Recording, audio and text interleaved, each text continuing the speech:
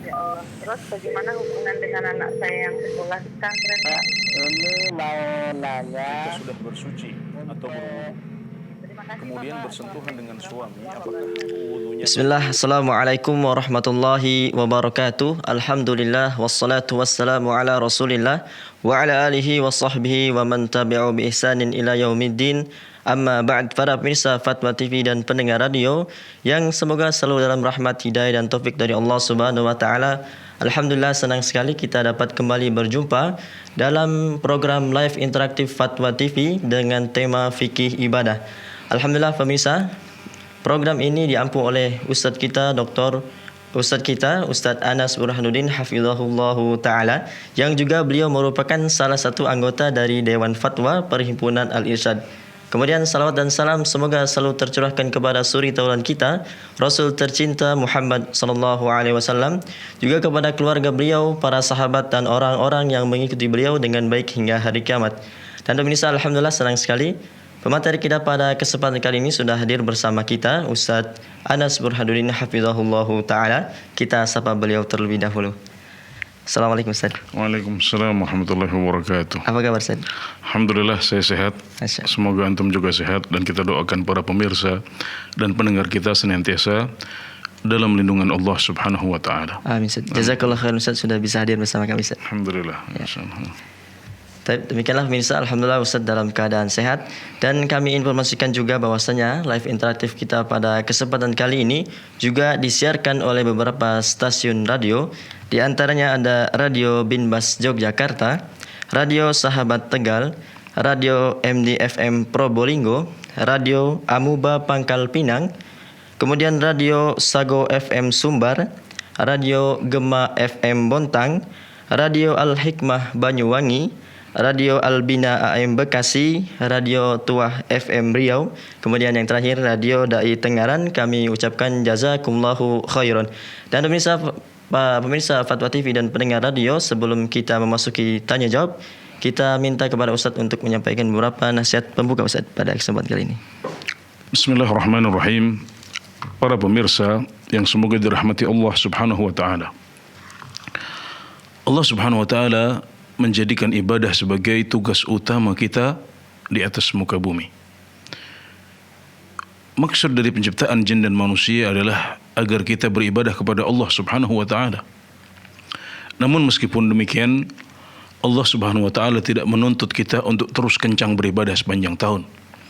Karena jika demikian kita tidak akan mampu. Tapi Allah Subhanahu wa taala mensyariatkan untuk kita musim-musim ibadah, di mana jika musim ibadah itu tiba, kita dituntut untuk sejenak mengencangkan ibadah kita. Dan ketika musim ibadah itu lewat, maka tidak masalah kita mengurangi tensi atau intensitas ibadah kita kepada Allah Subhanahu wa taala. Dan di antara musim-musim ibadah itu adalah bulan Ramadan. Bulan Ramadan adalah puncak musim ibadah sepanjang tahun.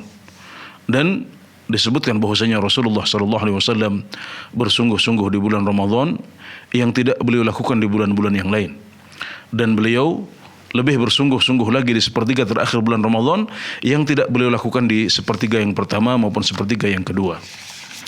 Dan di antara bentuk takwa kita kepada Allah Subhanahu wa taala adalah mengagungkan musim-musim ibadah seperti ini. Dan bahkan Rasulullah sallallahu alaihi wasallam sudah bersiap untuk menghadapi bulan Ramadan, di antaranya dengan memperbanyak puasa di bulan Sya'ban. Karena di bulan Ramadan beliau akan puasa penuh. Maka di bulan Sya'ban beliau mulai mempersiapkan diri, mulai melatih diri dengan memperbanyak ibadah, di antaranya dengan memperbanyak puasa sunnah di bulan Sya'ban. Karena kita sebagai umat beliau, kita juga harus mengagungkan bulan Ramadan. Dan di antara bentuk pengagungan itu adalah menyiapkan diri di bulan Sya'ban ini dengan berbagai ibadah kepada Allah Subhanahu wa taala, sehingga kelak jika bulan Ramadan sudah tiba, kita sudah siap. Mesin ibadah kita sudah cukup hangat, tidak dingin lagi, sehingga kita bisa langsung berpacu pada awal bulan Ramadan dan tidak perlu menunggu pertengahannya atau akhirnya untuk bisa menjalankan ibadah kita dengan baik.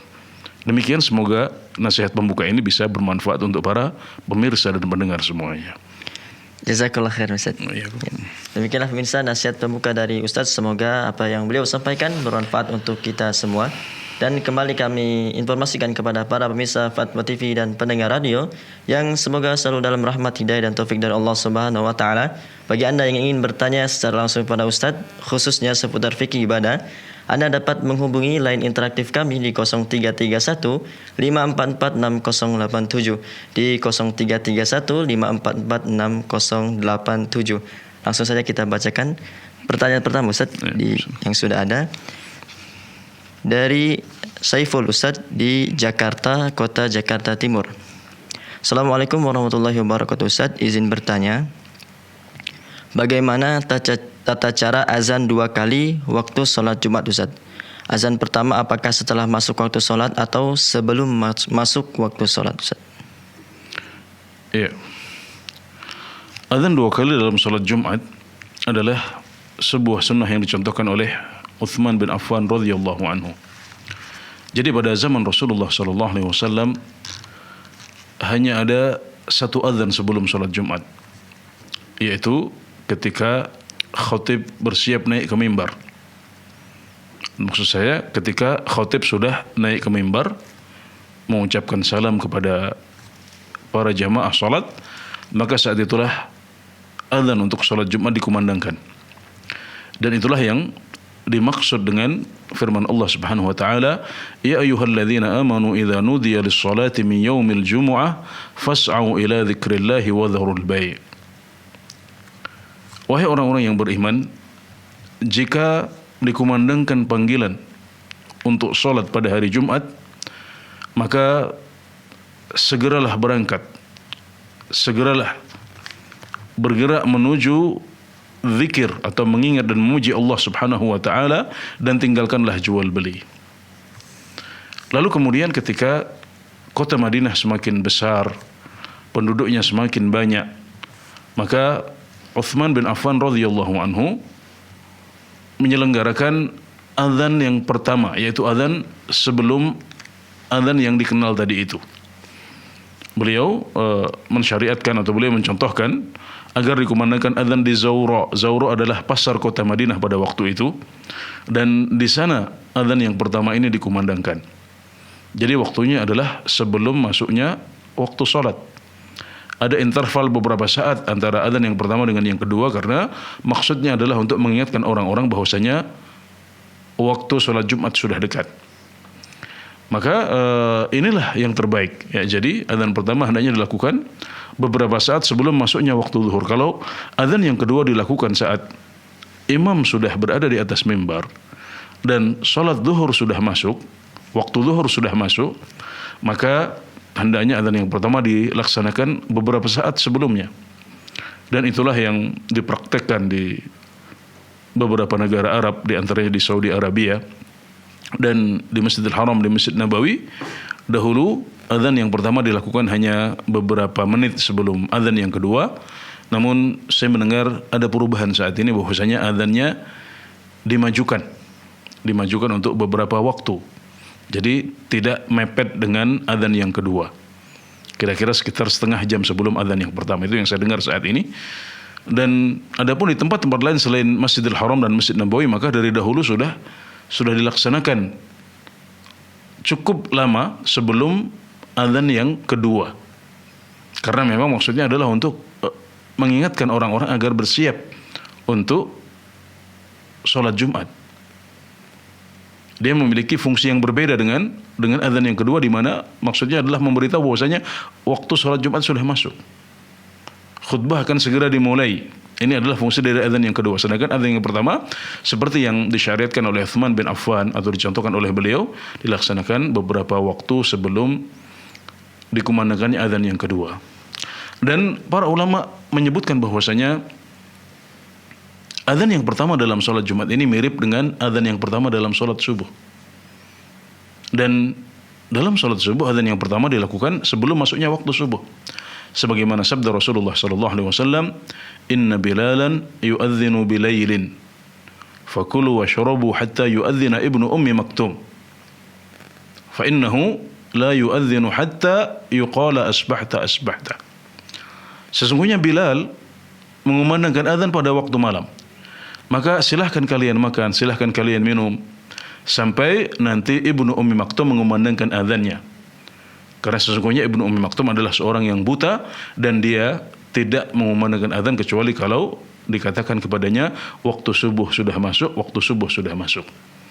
Jadi dengan dua pertimbangan ini, yang pertama tujuannya adalah untuk memberi peringatan kepada masyarakat, kepada umat Islam bahwasanya kita harus segera bersiap-siap untuk sholat Jumat.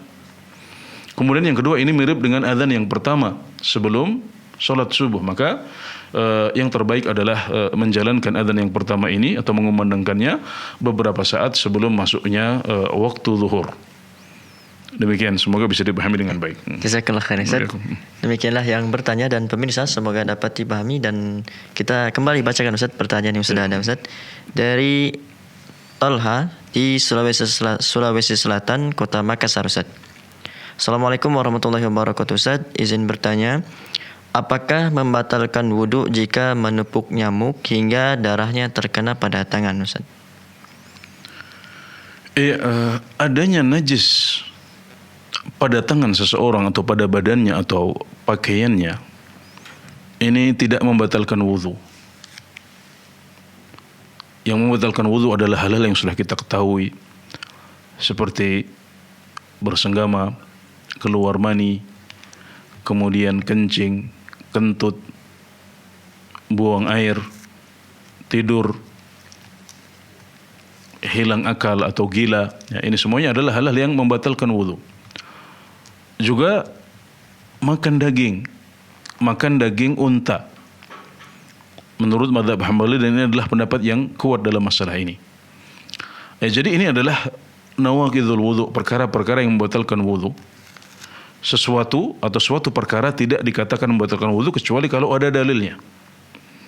Dan tidak ada dalil yang menyebutkan bahwasanya terkena darah atau terkena najis adalah membatalkan wudu. Maka saat badan kita terkena najis, misalnya terkena darah, maka itu tidak membatalkan wudu. Jadi kita tidak punya kewajiban untuk berwudu dan mengangkat hadas. Tapi kita memiliki kewajiban untuk menghilangkan najis itu dari badan atau pakaian kita atau tempat sholat kita. Dan ini adalah jenis toharoh yang kedua. Para ulama menjelaskan bahwasanya toharoh atau bersuci itu ada dua. Yang pertama adalah menghilangkan hadas. Misalnya ketika ada orang yang junub kemudian mandi, ada orang yang kentut kemudian dia wudu, itu adalah mengangkat hadas. Sedangkan yang kedua adalah menghilangkan najis. Ketika ada seseorang yang terkena najis pada tangannya atau pada badannya atau pada pakaiannya, maka dia wajib untuk menghilangkan najis itu. Nah demikian pula orang yang terkena darah pada tangannya, seperti yang disebutkan dalam pertanyaan, maka berarti dia telah terkena najis. Terkena najis itu tidak membatalkan wudu, itu bukan hadas, tapi dia adalah najis yang harus dihilangkan. Maka jika ada najis pada badan atau tangan atau pakaian kita, maka kita harus membersihkannya. Nah itu yang disebut sebagai izalatun najasah. Kita juga mendapatkan pahala dari izalatun najasah atau menghilangkan najis ini. Ini adalah taharah, ini adalah bersuci dalam bentuknya yang kedua, dan ini berpahala di sisi Allah Subhanahu wa taala. Namun jika darahnya sedikit maka itu termaafkan. Nah, jika darahnya hanya sedikit seperti darah nyamuk yang kita tepuk, maka para ulama menjelaskan bahwa itu adalah darah yang sedikit sehingga termaafkan. Karena darah yang harus dibersihkan adalah darah yang banyak.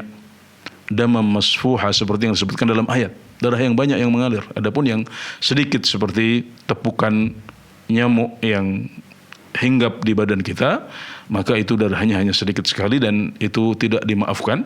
Kalau kita membersihkannya itu lebih baik, tapi kalau kita tidak membersihkannya, maka itu juga tidak berpengaruh kepada ibadah kita. Alhamdulillah.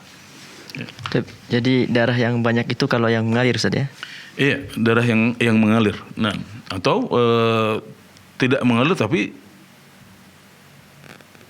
bentuknya atau jumlahnya cukup banyak, ya itu juga harus dibersihkan. Adapun yang sedikit, ya kalau nyamuk itu sendiri kan dia darahnya adalah darah yang dia hisap dari manusia atau dari binatang yang dia hinggapi, ya, sehingga ini terhitung sebagai darah yang termaafkan atau najis yang termaafkan menurut para ulama. Alhamdulillah. Ya. Jazakallah khair Ustaz. Ya. Demikianlah yang bertanya dan pemirsa, semoga dapat dipahami. Kembali kami informasikan bagi para pemirsa Fatwa TV dan pendengar radio yang semoga selalu dalam rahmat, hidayah dan taufik dari Allah Subhanahu wa taala.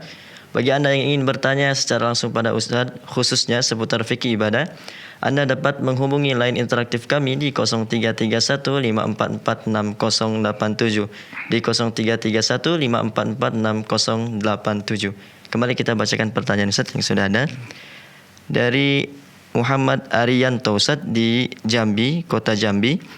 Assalamualaikum warahmatullahi wabarakatuh Ustaz.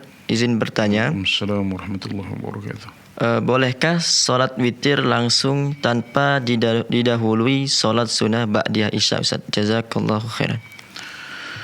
Ya, solat witir adalah salah satu solat sunnah yang dicontohkan oleh Rasulullah SAW di malam hari. Beliau mengajarkan kita untuk mengerjakannya sebagai penutup solat malam. Itu yang terbaik. Namun boleh juga kita melakukan solat witir ini sebelum kita tidur, seperti yang diajarkan oleh Rasulullah SAW kepada Abu Hurairah. Dan solat witir tidak harus didahului dengan solat sunnah yang lain. Jadi bisa saja misalnya kita sebelum tidur, ya kita jika merasa khawatir tidak bisa bangun malam, maka kita witir sebelum kita tidur. Padahal sebelum witir ini kita tidak melakukan solat ba'diyah isya atau solat qiyamul lail yang lain, dan itu sah-sah saja, tidak ada masalah, alhamdulillah. Ya, jadi bisa langsung solat 1 rakaat saja, atau solat witir 3 rakaat, 5 rakaat, 7 rakaat, ya tanpa didahului oleh solat sunnah yang lain. Ya. Barakallahu fiik Ustaz. Ya, demikianlah yang bertanya, semoga dapat dipahami. Dan sudah ada penelpon yang bergabung Ustaz. Kita sapa terlebih dahulu. Assalamualaikum Fatwa TV. Waalaikumsalam warahmatullahi wabarakatuh. Dengan Ibu siapa di mana? Sama Ibu Ida dari Palembang. Ya, silakan Ibu. Ya, Assalamualaikum Pak Ustaz. Waalaikumsalam warahmatullahi wabarakatuh. Ya, begini pertanyaan saya Pak Ustaz. Kalau kita itu kan saudara, suami, kalau sudah meninggal itu, kalau kita berdoa itu Pak Ustadz, apakah sampai ke sana ya Pak Ustadz? Ya. Cukup ya, Sudah Ibu? Cukup Ibu. Satu lagi ya Pak Ustadz. Iya. Kalau kita sholat tahajud Pak Ustadz, biasanya tuh kita tuh bangunnya jam 3 malam Pak Ustadz. Ini kalau tiduran Pak Ustadz jam 4, cuma jam 4 Pak Ustadz. Bagaimana kalau kesiangannya Pak Ustadz? Apa di kode siang apa bagaimana ya Pak Ustadz? Tidak sempat qiyamul lail di malam hari ya, Bu? Ya Pak Ustadz, siangan begitu Pak Ustadz. Iya, oke. Ya, cukup Ibu. Dan itu pertanyaan saya Pak Ustadz. Assalamualaikum. Assalamualaikum warahmatullahi wabarakatuh. Ya, berdoa untuk keluarga kita yang sudah meninggal, baik itu suami atau istri atau saudara atau anak, adalah sebuah ibadah yang dicintai oleh Allah Subhanahu wa taala. Berdoa adalah ibadah kepada Allah Subhanahu wa taala. Nabi Muhammad SAW bersabda, "Ad-du'a'u huwal ibadah." Doa itu adalah ibadah. Ini saking pentingnya doa di antara ibadah-ibadah yang lain. Maka perbanyaklah doa untuk diri kita sendiri atau untuk orang lain. Dan saat kita berdoa untuk orang lain, maka selain kita beribadah kepada Allah, kita juga berbuat baik kepada mereka. Dan para ulama sepakat bahwasanya doa yang kita berikan untuk orang lain, doa kebaikan untuk orang lain, itu adalah amal soleh yang disyariatkan. Jadi itu adalah ibadah yang agung, itu adalah amalan yang dianjurkan oleh agama kita, dan kita berharap doa itu mustajab dan dijawab oleh Allah Subhanahu wa taala. Karena itu termasuk doa fi dhahril ghaib, doa dalam keadaan orangnya tidak ada di depan kita, karena orang yang sudah meninggal. Maka ini adalah salah satu doa yang mustajab di sisi Allah Subhanahu wa taala. Berbeda dengan mengirim pahala amalan, ya, mengirim pahala bacaan Al-Quran, mengirim pahala ibadah-ibadah tertentu yang sebagian diperselisihkan. Apakah sampai tidak? Apakah sampai atau tidak? Para ulama berselisih pendapat apakah ibadah-ibadah itu sampai atau tidak. Tapi kalau tentang doa untuk orang lain yang sudah meninggal, maka para ulama sepakat hal itu disyariatkan. Ya, hal itu disyariatkan, bahkan Nabi Muhammad SAW mencontohkannya. Ya, beliau berdoa dalam salat jenazah. Ya, beliau juga berdoa setelah seseorang dikubur. Ya, beliau mencontohkan seperti itu. Maka itu adalah doa untuk orang yang sudah meninggal. Jadi ini syariatnya jelas. Ini dicontohkan oleh Rasulullah SAW dan tidak perlu ada pembahasan sampai atau tidak. Yang ada pembahasan sampai atau tidak adalah ibadah-ibadah yang tidak dicontohkan oleh Rasulullah SAW untuk dikirimkan pahalanya kepada orang lain. Itu yang diperselisihkan. Adapun berdoa maka contohnya jelas dan tidak ada pembahasan apakah itu sampai atau tidak. Justru kita katakan itu termasuk ibadah yang sangat dianjurkan dan insya Allah merupakan doa yang mustajab untuk keluarga-keluarga kita yang sudah meninggal. Mereka sangat membutuhkan doa-doa itu. Maka silakan memperbanyak doa-doa kebaikan untuk mereka. Kemudian tentang qiyamul lail yang sudah menjadi wirid harian kita, tapi suatu saat kita kesiangan untuk menjalankannya. Kita bangun kesiangan sehingga tidak bisa menjalankannya. Maka teladan dari Rasulullah SAW untuk sholat yang seperti ini adalah diqadha di waktu duha. Jadi Rasulullah SAW juga kadang-kadang kesiangan. Kadang-kadang beliau tidak bisa menjalankan wirid malam beliau berupa qiyamul lail. Maka beliau mengqadhanya di waktu duha, namun bilangannya digenapkan. Rasulullah SAW biasa untuk mengerjakan qiyamul lail sebanyak 11 rakaat atau 13 rakaat. Maka di waktu duha beliau mengqadhanya menjadi 12 rakaat atau 14 rakaat. Demikian juga ibu silahkan dilihat kebiasaan ibu berapa. Apakah itu 5 rakaat atau 7 rakaat atau 9 rakaat atau 11 rakaat atau 3 rakaat, nanti tinggal ditambah dengan 1 rakaat karena untuk sholat siang hari tidak ada witir. Jadi witirnya digenapkan. Kalau biasanya 1 menjadi 2, biasanya 3 menjadi 4, kalau biasanya 5 menjadi 6 dan seterusnya. Ya demikian, semoga bisa dipahami dengan baik oleh Ibu Ida di Palembang. Barakallahu fiik, Ustaz. Demikianlah Bu Ida di Palembang, semoga dapat dipahami dan kembali kita sapa penelpon yang sudah bergabung, Ustaz. Assalamualaikum Fatwa TV. Waalaikumsalam warahmatullahi wabarakatuh. Assalamualaikum Ustaz. Waalaikumsalam warahmatullahi wabarakatuh. Dengan siapa di mana? Dengan hamba Allah di Jakarta. Ya, silakan. Ya. Assalamualaikum Ustaz. Waalaikumsalam warahmatullahi wabarakatuh. Semoga Allah Subhanahu wa taala senantiasa menjaga Ustaz dan juga kru Fatwa TV. Amin, amin. Bapak juga, amin. Ustaz mau bertanya tentang badal haji Ustaz. Iya. Apakah boleh menggantikan pergi haji yang sudah meninggal dan yang mewakilkan ini sudah pernah haji sebelumnya Ustaz? Mohon penjelasan Ustaz. Qur'an jazakumullah khairan. Ya, jazakallah khairan. Cukup. Iya. Rasulullah SAW suatu ketika bersiap untuk haji wada beliau. Ketika beliau sampai di Dzul Hulaifah, ada orang yang mengatakan labbaika an syubrumah. Ya Allah, aku penuhi panggilanmu dengan haji atas nama Syuburumah. Maka Rasulullah SAW bertanya kepada orang tersebut, siapa itu Syuburumah? Sahabat tersebut mengatakan, akhun li au qaribun li, dia adalah saudaraku atau kerabatku. Ya, perawi hadis ragu. Tapi dia adalah salah seorang kerabat dari orang tersebut. Kemudian Nabi Muhammad SAW bertanya, apakah engkau sudah pernah haji sebelumnya? Maka dia mengatakan, saya belum pernah haji wahai Rasulullah, tapi ini saya langsung haji atas nama Syuburumah atau membadalkan Syuburumah. Maka mendengar penjelasan itu, Rasulullah SAW mengatakan, hujja an nafsika thumma hujja an Syuburumah. Kamu harus haji atas nama dirimu dahulu, baru kemudian kamu boleh berhaji atas nama Syuburumah. Dari hadis ini, para ulama menyimpulkan beberapa hukum, di antara yang pertama, disyariatkannya badal haji. Yaitu untuk orang yang sudah meninggal atau orang yang masih hidup tapi dia tidak mampu untuk datang ke Mekah dan menjalankan ibadah haji atau umrah. Boleh kita badalkan. Jadi ada syariat badal haji, menghajikan orang lain, beribadah atas nama orang lain. Kalau kita pernah mendengar ada perbedaan pendapat di antara para ulama tentang apakah suatu ibadah sampai atau tidak kalau dikerjakan untuk orang lain, maka para ulama sepakat bahwasanya kalau ibadah itu adalah ibadah haji atau umrah, pahalanya sampai. Kenapa? Karena ada contohnya langsung dari Rasulullah SAW. Jadi hadis tentang syubrumah tadi menjelaskan bahwasanya kita boleh membadalkan haji atau umrah atas nama orang lain. Kemudian yang kedua, hadis ini menunjukkan bahwasanya untuk bisa menghajikan atau mengumrohkan orang lain, syaratnya adalah kita sudah harus haji dahulu atau sudah umroh dahulu. Ya, jadi sebelum kita haji untuk diri kita sendiri, sebelum kita menggugurkan kewajiban haji atas diri kita, maka kita tidak boleh untuk berhaji atas nama orang lain atau menghajikan orang lain.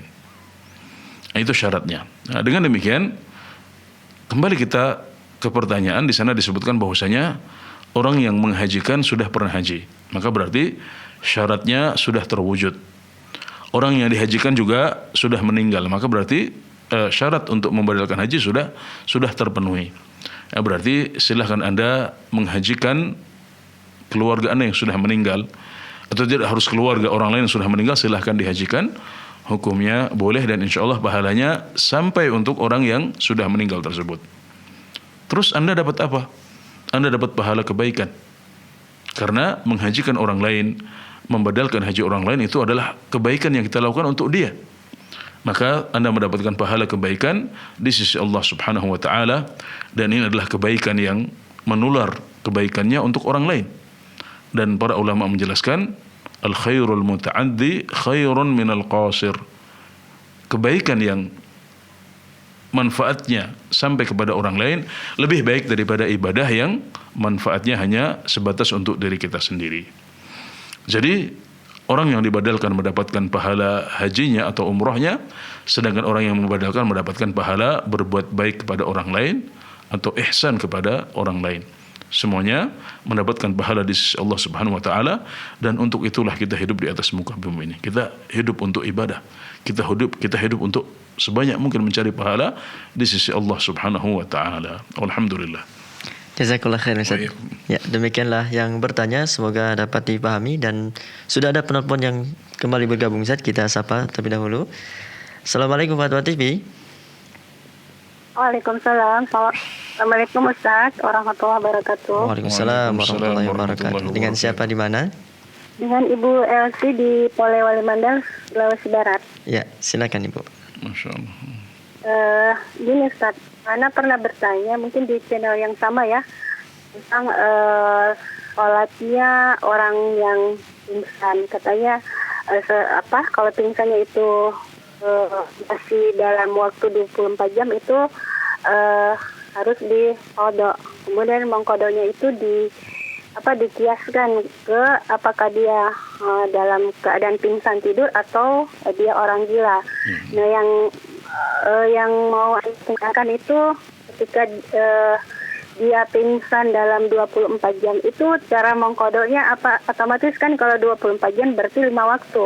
Nah, apakah cara mengkodoknya itu Ustaz dia mulai dari sholat subuh, zuhur, asar, maghrib, isya? Itu yang Anda tanyakan Ustaz. Ya, cukup Ibu. Ya, cukup. Ya, jazakillah khairan. Masya Allah, Ibu Elvi di Polewali Mandar, Sulawesi Barat. Masya Allah, masih ingat dengan sebuah pertanyaan yang disampaikan di majelis kita ini dan sudah dijawab. Dahulu kita sampaikan bahwasanya para ulama berselisih pendapat tentang orang yang pingsan untuk waktu yang kurang dari 24 jam. Apakah dia wajib mengqadha atau tidak? Dan kami sudah sampaikan bahwasanya para ulama berbeda pendapat. Apakah yang seperti itu dihukumi wajib qadha karena dia mirip seperti orang tidur, atau tidak wajib qadha karena dia mirip seperti orang gila? Dan Syekh bin Baz rahimahullah ta'ala memilih pendapat yang mengatakan bahwasanya dia wajib qadha karena dia lebih mirip dengan orang tidur daripada mirip dengan orang gila. Ya, orang gila itu, kalau orang gila itu tidak wajib untuk mengqadha salatnya. Tapi orang yang tidur atau ketiduran maka dia wajib untuk mengqadha salatnya. Jadi ini yang lebih kuat ya insyaallah. orang yang pingsan lebih dekat dengan kondisi tidur daripada kondisi gila. Jadi dia wajib untuk mengqadha. Dia wajib untuk mengqadha salat yang dia tinggalkan. Nah, sekarang bagaimana caranya? Caranya adalah dengan sesegera mungkin mengqadha salat itu. Misalnya dia pingsan setelah salat zuhur. Dan dia pingsan sampai salat zuhur hari berikutnya. Jadi dia meninggalkan salat asar, kemudian salat maghrib, salat isya, salat subuh, kemudian salat zuhur lagi 5 waktu misalnya. Jika seperti itu maka dia harus segera mengqadha salat ini kapan dia sadar. Tidak harus menunggu waktu masing-masing. Jadi misalnya dia sadarnya setelah zuhur hari berikutnya, maka begitu dia sadar, maka dia segera berwudu, dia segera mengerjakan salat ini dengan urut. Dia salat asar 4 rakaat, kemudian maghrib 3 rakaat, isya 4 rakaat, subuh subuh 2 rakaat, ya. Dan setelah itu mengerjakan salat zuhur. Jika waktunya luas maka dia mengakhirkan zuhur, ya. Karena masih ada beberapa salat lain yang belum dia kerjakan. Tapi kalau waktunya mepet maka dia boleh mengerjakan zuhur dahulu karena itu yang masih ada waktunya, ya, baru kemudian yang lain dikerjakan. Jadi tidak perlu menunggu misalnya untuk asar dikerjakan pada waktu asar, maghrib dikerjakan waktu maghrib, isya di waktu isya, dan seterusnya. Tidak seperti itu, tapi dikerjakan kapan dia ingat dan sadar. Dasarnya adalah sabda Rasulullah sallallahu alaihi wasallam, "Man nama an salatin aw nasiyaha falyusalliha idza dzakaraha." Barang siapa yang ketiduran dari suatu salat atau lupa untuk mengerjakan suatu salat, maka hendaknya dia mengerjakan salat itu saat dia ingat. Nah, jadi beliau mengatakan mengqadha'nya adalah saat dia ingat, bukan harus menunggu waktu salat tersebut, ya. Berdasarkan hadis ini maka orang tersebut harus mengqadha salatnya ketika dia sadar, ya. Dia qadha salat 5 waktu yang dia tinggalkan dan tidak perlu menunggu waktu salat tersebut masing-masing. Demikian, semoga bisa dipahami dengan baik oleh Ibu Elvi di Polewali Mandar. Barakallahu fiik. Demikianlah yang bertanya, semoga Allah selalu memberikan hidayah taufik kepada ibu yang bertanya, keluarga dan para pemirsa semuanya. Dan kembali kita bacakan pertanyaan Ustaz yang sudah ada. Ya. Dari Abdul Ghani Ustaz di Kepulauan Riau, Kota Batam. Oh, tampaknya sudah ada penelpon yang bergabung Ustaz. Kita sambut terlebih dahulu. Assalamualaikum Fatwa TV. Waalaikumsalam warahmatullahi wabarakatuh. Ya, dengan siapa di mana? Dari Bu Tumina di Sumbawa, Pak. Ya, silakan. Tanya, soalnya saya sakit. Setelah operasi itu kalau berwudu itu tidak bisa membasuh tangan atau kaki. Soalnya tangannya bergantian kalau pegangan. Jadi kalau wudu itu cuma dipelucur gitu aja. Sah apa tidak sholat? Kalau wudu cuma diapakan, Bu? Kalau wudu itu nggak bisa mengusapkan, sebetulnya diusap sama tangan, dibasuh ya. Tapi ini nggak bisa karena tangannya itu berpegangan, bergantian. Jadi kalau wudu itu cuma muka aja yang dibasuh, tangan dan kaki cuma dipelucur gitu aja. Karena berpegangan, nggak bisa membungkuk tangan. Kaki yang tangan cuma disiram saja? Iya. Disiram, kena air tapi, Bu? Ya, kena air semuanya, cuman... Oh gitu, ya. Oke, ya. Saya bisa pahami sudah. Ya. Cukup, Ibu. Yang kedua, terus habis operasi itu kan nggak bisa berat sama sekali, tapi saya berniat sholat. Bagaimana caranya itu sah apa tidak gitu, yang kedua. Iya, oke. Ya. Terima kasih dah. Jazakillah khairan Ibu. Ya, yang pertama perlu diketahui bahwasanya membasuh itu artinya adalah mengalirkan air ke anggota yang wajib untuk dibasuh.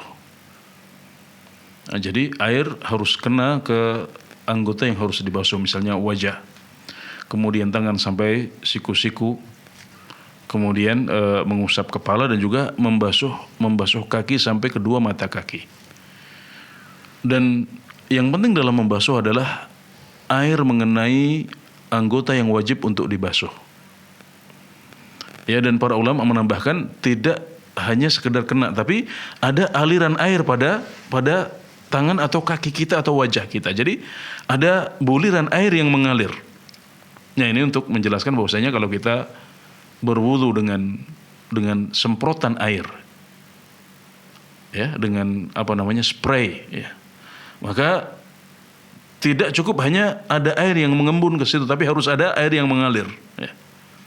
Para fuqaha mensyaratkan seperti itu karena itulah yang dimaksud dengan membasuh dengan ghusl dalam ayat wudu. Ya ayyuhalladzina amanu idza qumtum ila shalah faghsilu wujuhakum wa aydiyakum ilal marafiq. Wahai orang-orang yang beriman, jika kalian hendak salat, maka basuhlah wajah kalian dan tangan kalian sampai siku-siku. Membasuh adalah mengalirkan air ke anggota yang wajib untuk dibasuh, ya, dengan adanya buliran air yang melewati tangan atau kaki atau wajah kita. Ya, dan tidak disyaratkan harus diusap oleh tangan yang lain. Ya, jadi pengusapan seperti ini disunnahkan, tapi tidak wajib. Yang mewajibkan adalah Imam Malik saja. Jadi kalau kita bisa sebagian fuqaha menyebutnya sebagai dalq, ya, memijat, ya. Memijat atau mengusapkan tangan untuk meratakan air, maka itu yang terbaik. Itu yang lebih hati-hati. Tapi kalau dalam kondisi tertentu seperti yang disebutkan oleh ibu penanya di Sumbawa, yaitu kondisi sedang sakit, sehingga tidak bisa mengusapkan tangan ke anggota yang harus dibasuh, maka wudu tersebut sudah sah alhamdulillah karena airnya sudah sampai. Sudah ada buliran air yang mengalir pada anggota tersebut. Maka berarti wudu ibu sudah sah alhamdulillah. Kemudian yang tadi Ustaz, yang untuk sholat sakit Ustaz. Ya, kemudian setelah operasi ibu menyebutkan bahwasanya ibu niat untuk sholat. Ya, kita katakan betul. Sholat tidak gugur kewajibannya karena kita sakit. Ibu tetap harus sholat. Tapi caranya yang menyesuaikan. Caranya sesuai dengan kemampuan ibu. Rasulullah SAW bersabda, "Shalli qa'iman, fa illam tastati' fa qa'idan, fa illam tastati' fa 'ala janbin." Salatlah dengan berdiri. Kalau tidak mampu, salatlah dengan duduk. Kalau tidak mampu, salatlah dengan berbaring. Maka ibu tetap wajib untuk mengerjakan salat, tapi caranya menyesuaikan dengan kemampuan ibu. Kerjakan salat itu sesuai dengan kemampuan ibu. Kalau bisa berdiri, kalau bisa duduk.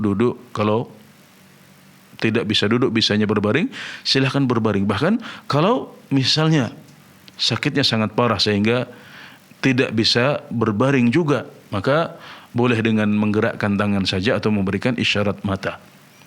Ya, sampai seperti itu Islam memberikan keringanan kepada kita. Jadi kewajiban sholat tetap berlaku. Ya, kita wajib untuk sholat, ya, dan harus dikerjakan sesuai dengan kemampuan kita. Ya, jadi tidak cukup niat dalam hati, niat sholat saja nggak cukup, tapi harus dikerjakan sesuai dengan kemampuan kita, meskipun itu dengan gerakan mata atau dengan gerakan kepala. Ya, demikian, semoga bisa dipahami dengan baik. Jazakallah khairan Ustaz. Ya, demikianlah, semoga Allah segera menyembuhkan ibu yang bertanya, dan kembali amin. Kita bacakan Ustaz pertanyaan sudah ada Ustaz dari Abdul Goni di Kepulauan Riau, Kota Batam. Assalamualaikum warahmatullahi wabarakatuh Ustaz. Pertanyaan cukup panjang Ustaz. Namun intinya adalah beliau ini terkena penyakit was-was Ustaz, sehingga terkadang apakah sesudah berwudu itu was-was apakah keluar kembali air kencing dan sebagainya Ustaz. Iya. Oke, ya. Jadi kalau kita merasa ada sesuatu yang bergerak di kemaluan kita, misalnya setelah kita berwudu merasa ada air kencing yang keluar lagi. Nah, ini untuk menilai apakah itu benar-benar air kencing yang masih keluar atau itu adalah wadi, ya. Selain kencing ada wadi, ada cairan yang bukan kencing tapi dia keluar setelah kencing. Dan wadi ini hukumnya sama dengan kencing, dia adalah najis, kemudian dia juga membatalkan wudu. Nah, jadi sebelum kita menilai bahwasanya itu adalah was-was atau was-wasah, maka kita harus pastikan dulu bahwasanya air kencing atau wadi itu benar-benar ada atau hanya sekedar kekhawatiran dan keraguan. Jadi kita cek apakah benar ada kencing yang masih keluar atau wadi yang masih keluar, maka jika memang benar-benar masih ada kencing atau wadi yang masih keluar, maka kita harus membersihkannya. Itu najis, maka kita harus menghilangkan najis itu dari celana kita yang sedang kita pakai. Kita ganti celana, kita basuh kemaluan dengan air, ya, dan kita wudhu, karena keluarnya kencing dan keluarnya wadi juga membatalkan wudhu. Jadi di sini dua jenis taharah tadi terkumpul. Ya, karena ada najis maka kita bersihkan najisnya. Dan karena wudhu kita batal maka kita harus wudhu lagi.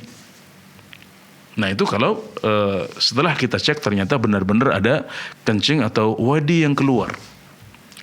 Nah sekarang bagaimana kalau ternyata tidak ada? Kalau tidak ada berarti ya sudah, kita langsung sholat saja, tidak perlu kita ikuti keraguan-raguan itu. Nah, jadi seperti itu caranya untuk membedakan apakah itu benar-benar keluar najis atau wadi atau kencing atau hanya sekedar was-wasah.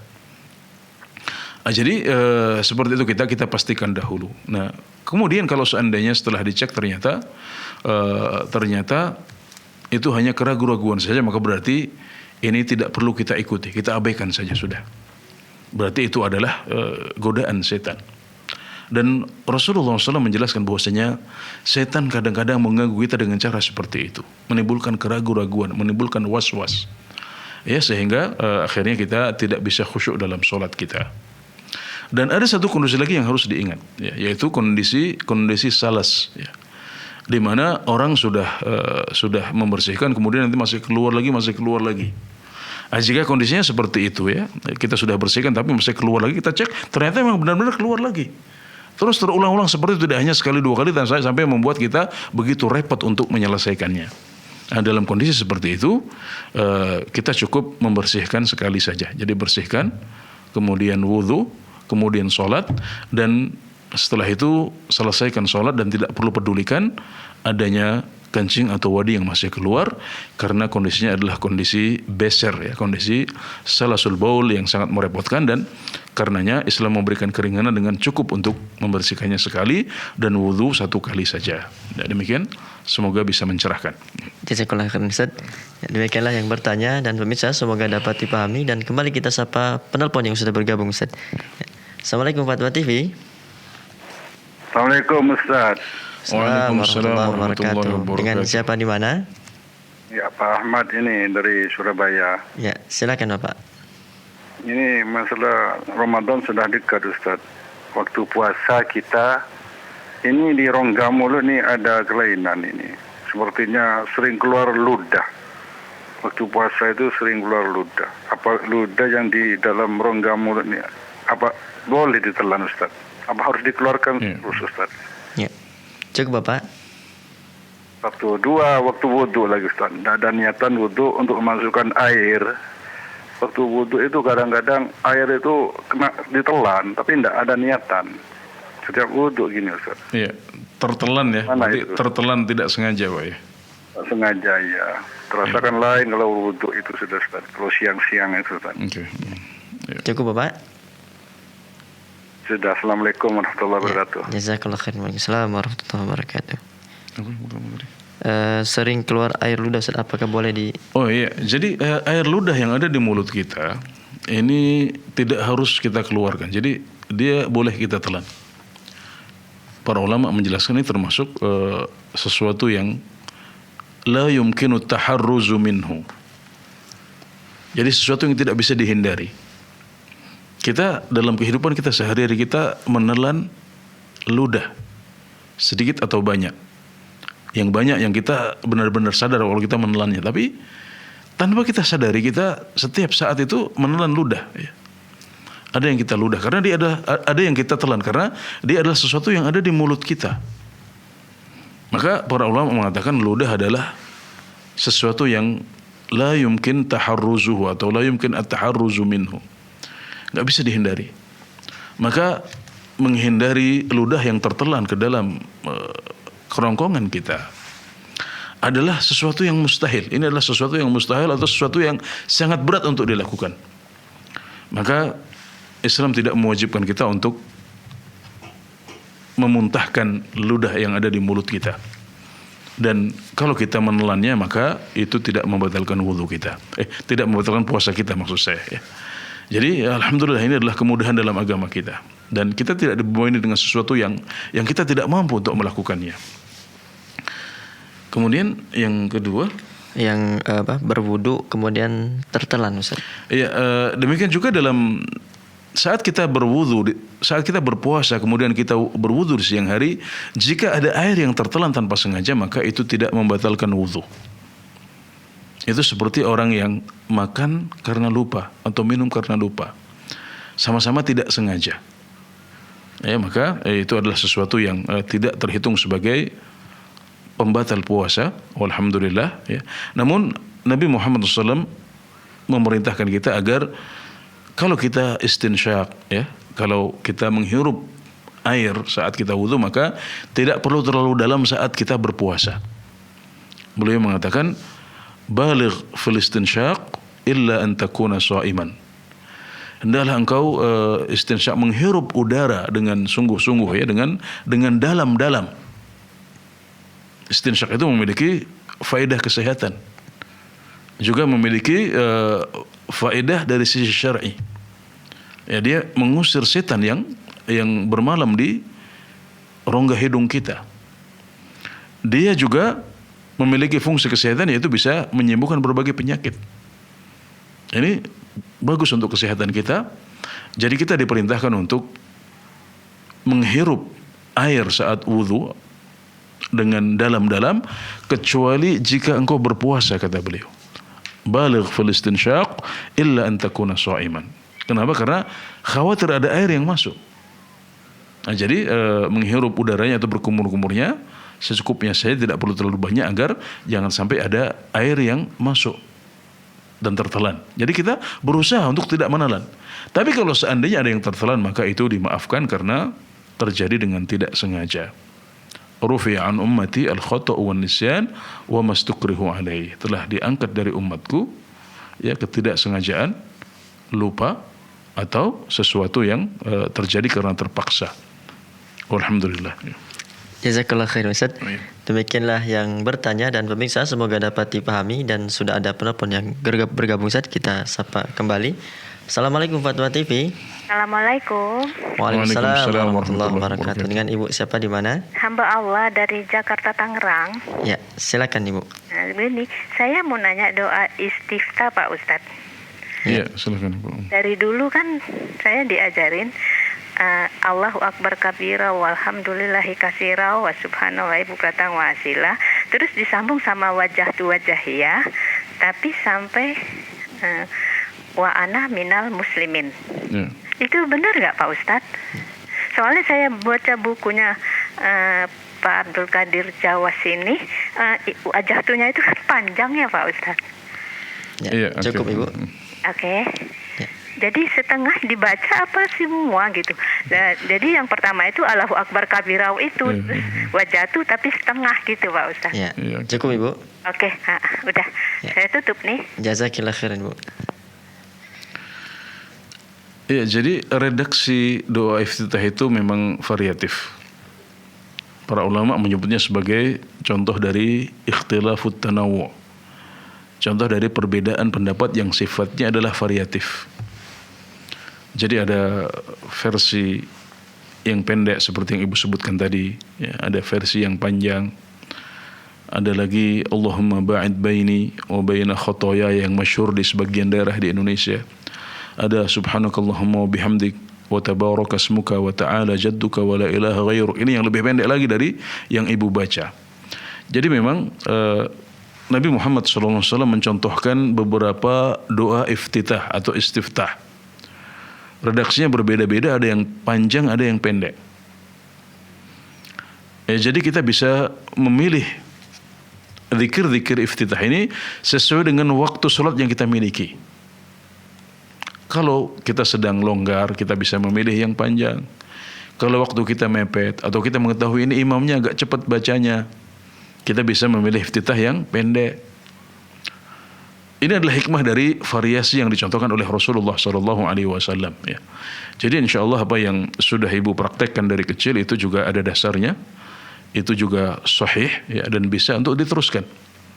Tapi ada kalanya kita bosan juga, ada kalanya kita ingin mencoba yang baru, mencoba yang lebih panjang atau mencoba yang belum pernah kita coba, itu juga bagus. Jadi silahkan dipelajari variasi-variasinya. Kalau masih mampu untuk menghafal, bagus untuk kita hafal sebagai variasi. Karena dengan variasi kita bisa lebih khusyuk. Kadang-kadang karena sudah hafal, sudah sering kita baca, akhirnya penghayatannya kurang. Tapi ketika kita variasi atau kita mencoba yang baru, maka itu ada sesuatu yang baru, ada semangat baru, ada penghayatan yang lebih khusyuk. Ketika kita berusaha menghilangkan kebosanan. Ya. Jadi di antara faedahnya adalah tambahan variasi, kita bisa memilih sesuai dengan waktu kita. Kemudian juga kadang-kadang kita bisa mengganti dengan yang baru ketika kita agak merasa bosan dengan yang lama. Nah, jadi ini insya Allah semuanya sahih dan bisa dipraktekkan karena memang Rasulullah SAW sengaja membuat variasi-variasi dalam doa iftitah dan juga dalam zikir yang lain. Dalam ruku ada beberapa zikir yang berbeda. Ada versi panjang, ada versi pendek. Ya, dalam duduk di antara dua sujud juga seperti itu. Nah, jadi memang ini adalah kondisi-kondisi di mana Nabi Muhammad SAW mencontohkan ada beberapa variasi dalam ibadah. Jadi ibu tidak perlu khawatir, silahkan terus dipraktekkan. Satu lagi, ya, para ulama sepakat bahwasanya doa iftitah ini hukumnya sunnah saja. Jadi kalau kita tidak membaca sama sekali, begitu Allahu Akbar, takbiratul ihram, langsung masuk ke yang wajib, yang rukun, yaitu Al-Fatihah. Boleh. Nah, jadi tidak membaca iftitah pun salat kita sah. Ya, maka membaca versi yang pendek juga boleh. Alhamdulillah. Ya. Jadi boleh Ustaz ya menggabung Ustaz. Ya, kalau menggabung ada perbedaan pendapat di antara para ulama. Ya, dan yang lebih kuat, Allahu alam, kalau doa iftitah tidak disyariatkan untuk digabung. Jadi kita pilih mana yang cocok. Mana yang sesuai dengan kondisi kita. Ya. Hari ini kita baca A, besok baca B, atau di sholat yang tadi kita baca A, di sholat yang nanti kita baca B. Jadi tidak digabungkan. Adapun zikir dalam rukuk dan sujud, ya, menurut jumhurul ulama disyariatkan untuk digabungkan. Jadi ini bedanya. Kalau ruku dan sujud disunahkan untuk digabungkan. Bisa jadi dalam satu sujud bisa membaca 2 atau 3 zikir yang dicontohkan oleh Rasulullah SAW. Tapi untuk iftitah sebaiknya dibaca satu saja. Jadi hari ini A, besok B, atau sholat yang tadi A, sholat yang sekarang B. Ya, seperti itu. Semoga. Kemudian untuk yang memotong Ustaz, wajah tu wajahiyah, kemudian tidak sampai selesai. Ya, untuk memastikan bahwasanya itu adalah potongan saja, ini butuh dirujuk kembali ya hadisnya seperti apa ya. Saya tidak berani mengatakan bahwasanya itu adalah potongan dari zikir yang panjang. Ya, tapi bisa kita cek ya, mungkin bisa kita jadikan PR ya, apakah yang pendek ada riwayatnya atau memang itu potongan dari yang panjang. Nah, jadi ini harus kita teliti lagi apakah memang itu merupakan potongan atau memang ada riwayat yang sahih yang menyebutkan sebatas itu saja. Ya, seperti itu. Jazakallah khair. Ya. Seperti dalam duduk di antara dua sujud itu ada yang masyhur, yang Rabbighfirli warhamni wajburni Rabbighfirli warhamni wajburni wahdini, yang seterusnya yang garis panjang ada yang Rabbighfirli saja, Rabbighfirli. Itu bukan potongan tapi memang ada riwayat yang pendek seperti itu. Ya. Ya. Barakallahu fiik Ustaz. Demikianlah yang bertanya, semoga dapat dipahami. Dan kembali kita bacakan pertanyaan Ustaz yang sudah ada dari Novi Ustaz di Jakarta Timur. Assalamualaikum warahmatullahi wabarakatuh Ustaz. Izin bertanya, saat salat 4 rakaat pada rakaat ketiga membaca lagi tasyahud awal, masih dalam keadaan duduk. Kita ingat bahwa seharusnya berdiri. Apa yang harus kita lakukan Ustaz? Apakah harus melakukan sujud sahwi? Jika harus setelah salam atau sebelum salam? Barakallahu fiik. Ya, orang yang tasyahud awal 2 kali ya. Jadi tasyahud awal dari rakaat yang kedua, dari rakaat yang ketiga tasyahud awal lagi. Seperti itu ya? Iya. Berarti dia telah menambah dalam sholatnya, tapi tanpa sengaja. dia menambah amalan dalam sholatnya, maka kewajiban dia saat ingat adalah segera bangun. Ya, segera bangun untuk berpindah ke rakaat yang keempat. Kemudian nanti salam dan sujud sahwinya dilakukan setelah salam. Jadi dia menyelesaikan sholat. Jadi yang pertama dia segera berhenti dari tasyahud awal, kemudian langsung naik ke rakaat yang keempat, kemudian salam pada tempatnya. Setelah salam ditambah dengan 2 sujud sahwi, kemudian salam lagi. Jadi sujud sahwinya dilakukan setelah salam. Kenapa? Karena kesalahan yang dilakukan adalah berupa tambahan amalan. Dan kalau kita lupa berupa kelebihan amalan, maka sujud sahwinya dilakukan setelah salam. Ya, demikian. Semoga bisa dipahami dengan baik. Jazakallah khairan Ustaz. Dan tadi tampaknya adalah pertanyaan terakhir kita Ustaz pada kesempatan kali ini Ustaz. Alhamdulillah. Jazakallah khairan Ustaz sudah bisa hadir bersama kami dan atas ilmunya Ustaz. Barakallahu fikum. Jazakallah khairan. Waalaikumsalam. Dan demikianlah para pemirsa Fatwa TV dan pendengar radio yang semoga selalu dalam rahmat hidayah dan taufik dari Allah Subhanahu wa taala. Anda dapat terus menyaksikan live interaktif Fatwa TV pada hari Senin hingga Jumat. Dan bagi Anda yang ingin mengetahui informasi seputar Fatwa TV dan Dewan Fatwa Perhimpunan Al-Irsyad, Anda dapat menghubungi atau mengunjungi di website kami di www.dewanfatwa.com. dan semoga apa yang Ustaz sampaikan pada kesempatan kali ini bermanfaat untuk kita semua. Kita tutup live interaktif kita pada kesempatan kali ini dengan doa kafaratul majlis. Subhanakallah wa bihamdika asyhadu an la ilaha illa anta astaghfiruka wa atubu ilaik. Wassalamualaikum warahmatullahi wabarakatuh. Ya Allah, terus bagaimana hubungan dengan anak saya yang sekolah di pesantren, Pak? Ini mau nanya. Kita sudah bersuci atau berwudu, kemudian bersentuhan dengan suami, apakah wudunya batal?